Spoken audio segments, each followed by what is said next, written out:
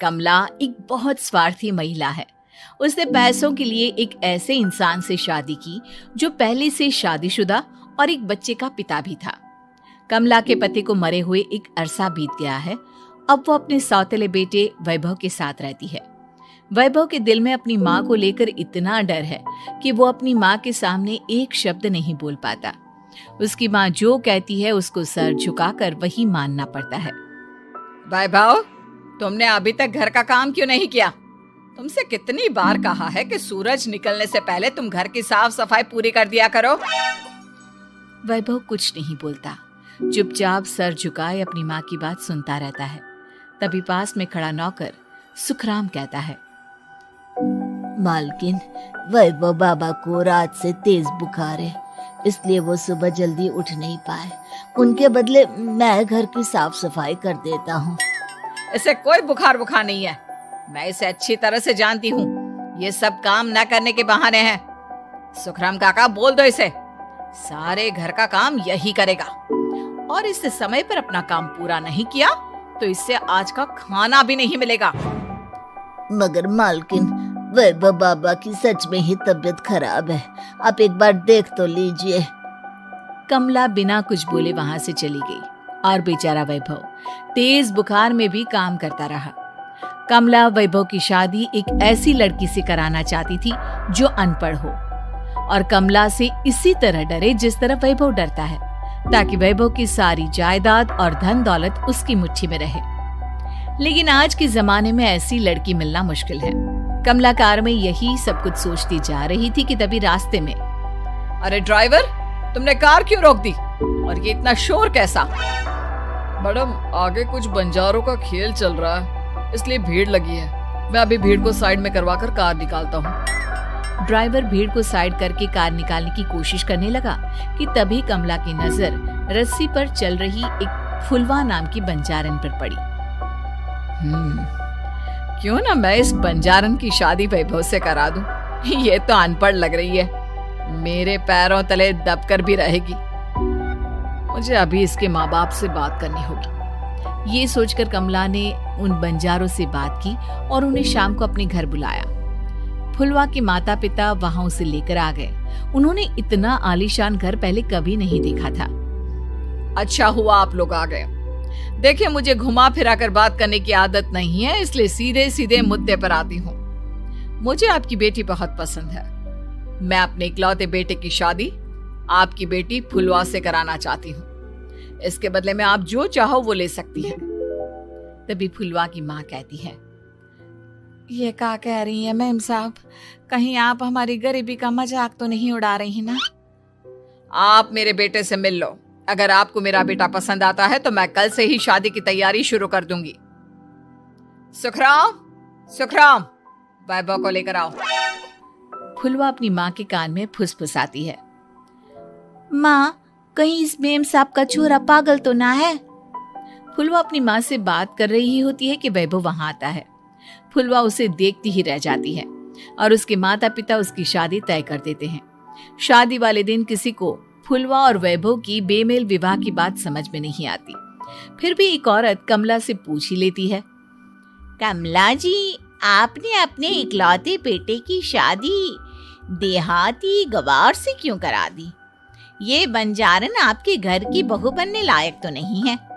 कम से कम अपने स्टेटस का ही ख्याल कर लिया होता। बहू तो अपने टक्कर की लाती, आपने तो बंजारन को ही बहू बना लिया। अब कमला को समझ में नहीं आ रहा था कि इस बात का क्या जवाब दे। वो कुछ देर चुप रही और सोच समझ कर कहती है, बहन जी, आपको तो पता है आजकल के बच्चे किसी की बात कहाँ सुनते हैं। मैं तो अपनी बहू एक पढ़ी लिखी और अपनी सोसाइटी की ही ढूंढ रही थी। लेकिन मेरे बेटे ने मेरे सामने इस बंजारन को लाकर खड़ा कर दिया। बोला कि मैं शादी करूंगा तो इसी से। अब भला मैं क्या करती, मुझे अपने बेटे के सामने झुकना ही पड़ा। कमला की ये बातें सुखराम भी सुन रहा था। उसने ये सारी बातें वैभव को जाकर बता दी। काका, मैं तो फुलवा को जानता भी नहीं, फिर माँ मेरे बारे में झूठ क्यों कह रही है?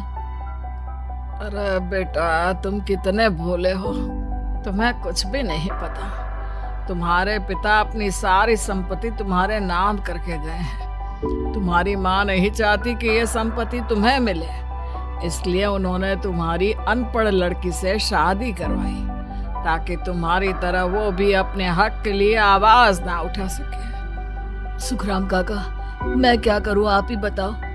माँ के सामने आते ही मेरे हाथ पैर कांपने लगते हैं। मैं माँ को कुछ भी नहीं कह पाता। वे दोनों बात कर ही रहे थे कि अचानक कमला वहां आ गई। कमला को देखकर दोनों घबरा गए। तुम दोनों फिर कभी बातें कर लेना, अभी फेरों का समय हो गया है, चलो जल्दी आओ।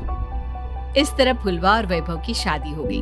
अगले दिन कमला ने फुलवा को बुलाया और उसे नसीहत देने लगी। देख बंजारन, तुझे मैंने अपनी बहू बना तो लिया है, लेकिन तुझे इस घर में आँख कान मुंह बंद करके रहना होगा। घर का काम कर और अपने पति से मतलब रख, समझी? कमला का ऐसा रवैया फुलवा को बिल्कुल समझ में नहीं आया। उसने वैभव से इस बारे में बात की। सुनिए ना, माँ जी ने जिस तरह मुझसे बात की मुझे अच्छा नहीं लगा। शादी से पहले तो वो मुझसे बहुत अच्छे से बात कर रही थी, लेकिन शादी के बाद उन्हें क्या हो गया? तुम ज्यादा मत सोचो, जैसा माँ कहती है वैसा ही करो। ये कहकर वैभव वहां से चला गया। अगले दिन वैभव को घर के नौकरों की तरह काम करता देख फुलवा को बहुत हैरानी हुई। फुलवा ने इस बारे में सुखराम काका से बात की तो सुखराम काका ने फुलवा को सारी बात बता दी। अब फुलवा को समझ में आ गया कि उसकी सास ने एक बंजारन को बहू क्यों बनाया। एक दिन वैभव घर का काम कर रहा था, तभी उससे कांच की प्लेट टूट गई। किसने गिराई ये कांच की प्लेट? वैभव को वहां खड़ा देख कमला ने छड़ी से उसे मारना शुरू कर दिया। उसके पैर में कांच चुभ गया और खून बहने लगा, लेकिन फिर भी कमला उसे मारे जा रही थी।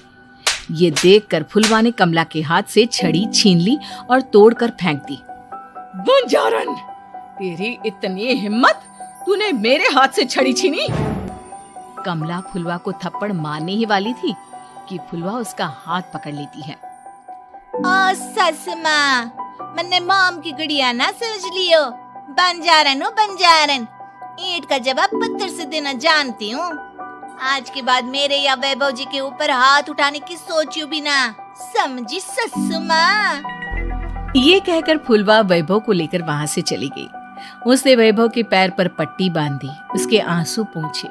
वैभव ने पहली बार किसी के दिल में अपने लिए इतना प्यार महसूस किया। अब फुलवा वैभव का हर काम में हाथ बटाती, उसका बहुत ख्याल रखती। इस तरह दोनों बहुत ज्यादा नजदीक आ गए। वहीं दूसरी ओर कमला सारी जायदाद अपने नाम करने की साजिश करने लगी। और एक दिन, वैभव, जल्दी बाहर आओ। कमला की आवाज सुनकर वैभव और फुलवा अपने कमरे से बाहर आ गए। जी माँ, आपने बुलाया? ये ले, इन कागजों पर साइन कर दे।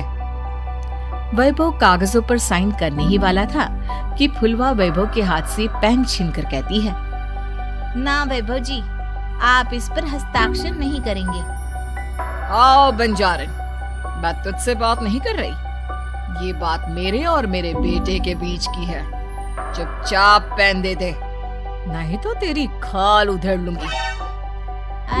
सस माँ, बंजारन की खाल इतनी भी ढीली ना होवे कि कोई भी उधेड़ लेवे। जो यकीन ना आता हो तो देख ले उतार के। और हाँ, बंजारन जरूर हूँ पर अनपढ़ ना हूँ।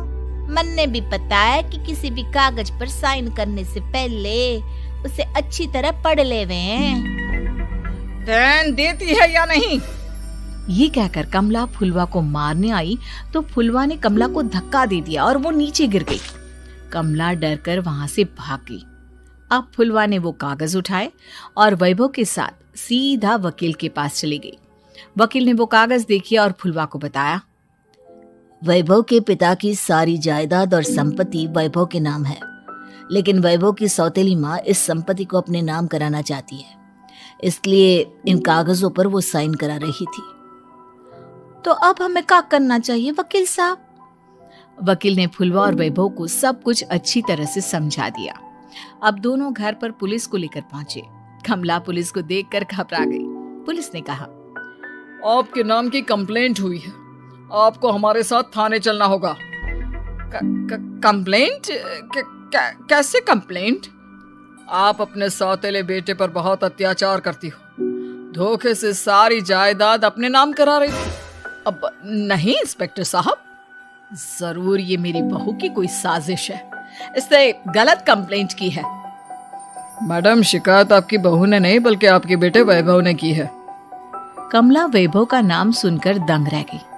जिस बेटे ने कभी उसके सामने सर नहीं उठाया था, आज वही बेटा उसके सामने पुलिस को लिए आया है। वैभव, तुम्हारी इतनी हिम्मत कि तुम पुलिस को ले आए? हाँ माँ, मैं लाया हूँ पुलिस को, और मेरे अंदर इतनी हिम्मत कभी ना आती अगर फुलवा मेरा साथ ना देती। आपने बंजारन बहू को लाकर अपने ही पैर पर कुल्हाड़ी मारी है माँ। मैडम, अब की बातें खत्म हो गई हो तो चलो हमारे साथ। वैभव, मुझे माफ कर दो, मुझे थाने मत भेजो। आज के बाद मैं तुम्हें कभी नहीं मारूंगी, तुम्हें कभी परेशान नहीं करूंगी, मुझे माफ कर दो। वैभव अपनी कंप्लेंट वापस ले लेता है और पुलिस वहां से चली जाती है।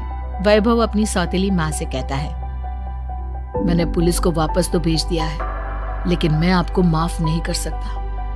आपने बचपन से आज तक कभी मेरे सर पर हाथ नहीं रखा, हमेशा मुझे मारती रही, नौकरों की तरह बर्ताव करती रही। आप इस घर में नहीं रह सकती, चली जाइए यहाँ से। कमला घर छोड़कर चली गई और सड़क किनारे खड़ी होकर सोचने लगी, काश मैंने वैभव को माँ की तरह प्यार किया होता तो आज मैं इस तरह से बेसहारा ना हो जाती।